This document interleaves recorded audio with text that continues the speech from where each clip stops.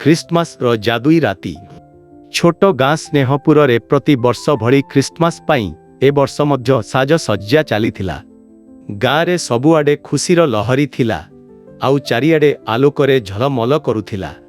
ପିଲାମାନେ ବହୁତ ଉତ୍ସାହିତ ଥିଲେ, କାରଣ ସେମାନଙ୍କର ବିଶ୍ୱାସ ଥିଲା ଯେ ଏଥର ସାନ୍ତାକ୍ଲଜ ସେମାନଙ୍କ ପାଇଁ ଉପହାର ନେଇ ଆସିବେ। ଏହି କାହାଣୀର ମୁଖ୍ୟ ଚରିତ୍ର 10 ବର୍ଷର ଝୁମି, ଯିଏ ଅତ୍ୟନ୍ତ ବୁଦ୍ଧିମାନ ଓ ଦୟାଳୁ ଥିଲେ।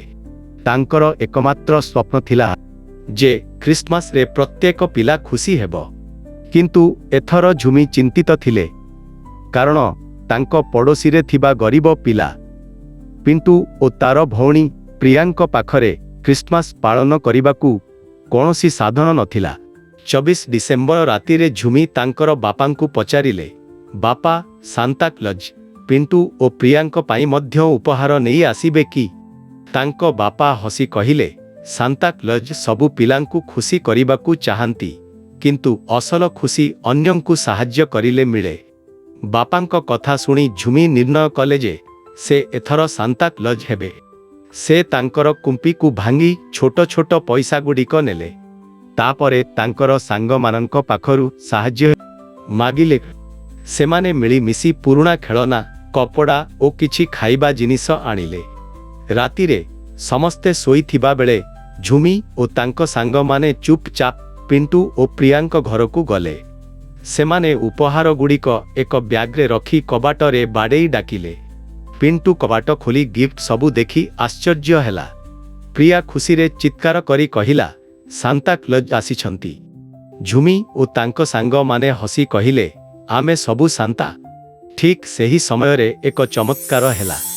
ଆକାଶରୁ ଏକ ତୀବ୍ର ଆଲୋକ ଆସିଲା ଓ ଜଣେ ଜାଦୁଇ ବୃଦ୍ଧ ବ୍ୟକ୍ତି ଦେଖାଦେଲେ। ସେ ଅସଲି ସାନ୍ତାକ୍ଲଜ ଥିଲେ। ସାନ୍ତା ଝୁମି ଓ ତାଙ୍କ ସାଥୀମାନଙ୍କ କାର୍ଯ୍ୟର ପ୍ରଶଂସା କରି କହିଲେ, ତୁମେ ଅସଲି ଖ୍ରୀଷ୍ଟମାସର ଭାବନା ଦେଖାଇଛ। ଅନ୍ୟମାନଙ୍କୁ ସାହାଯ୍ୟ କରିବା ହିଁ ଏହି ପର୍ବର ମୁଖ୍ୟ ଉଦ୍ଦେଶ୍ୟ। ସାନ୍ତାକ୍ଲଜ ସମସ୍ତ ପିଲାଙ୍କୁ ବିଶେଷ ଉପହାର ଦେଲେ ଓ ସାରା ଗାଁରେ ଖୁସିର ଲହରୀ ଖେଳିଗଲା। ସେହି ରାତିରେ ସ୍ନେହପୁର ପ୍ରତ୍ୟେକ ଶିଶୁ ଏହା ଶିଖିଲା ଯେ ଖ୍ରୀଷ୍ଟମାସ କେବଳ ଉପହାର ପାଇବା ପର୍ବ ନୁହେଁ, ବରଂ ଖୁସି ବାଣ୍ଟିବାର ପର୍ବ। ଶିକ୍ଷା, ଏହି କାହାଣୀରୁ ଆମେ ଏହା ଶିଖିପାରୁ ଯେ ଅସଲ ଖୁସି ଅନ୍ୟମାନଙ୍କୁ ଖୁସି କରିବା ମାଧ୍ୟମରେ ମିଳେ। ଖ୍ରୀଷ୍ଟମାସର ମାନେ ହେଉଛି ପ୍ରେମ ଓ ଦୟା। वीडियो पसंद आया हो तो इसे लाइक करें, अपने दोस्तों के साथ शेयर करें और हमारे चैनल को सब्सक्राइब करना न भूलें।